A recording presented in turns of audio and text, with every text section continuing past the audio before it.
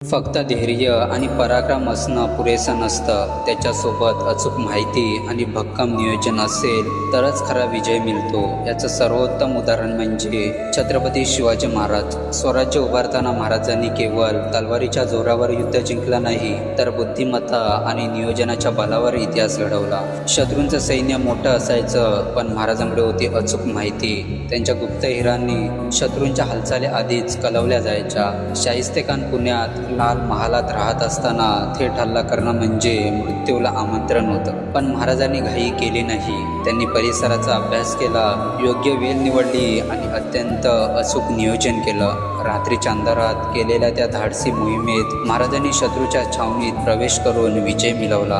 हा विजय फक्त पराक्रमाचा नव्हता, तो माहिती आणि संयम आणि नियोजनाचा परिणाम होता. यातून एकच शिकवण मिळते: धैर्य तुम्हाला लढायला शिकवतं, पण योग्य माहिती आणि नियोजन तुम्हाला जिंकायला शिकवतं. म्हणून जीवनातही फक्त मेहनत नाही, तर योग्य दिशा आणि विचारपूर्वक केलेली तयारीच यश निश्चित करते.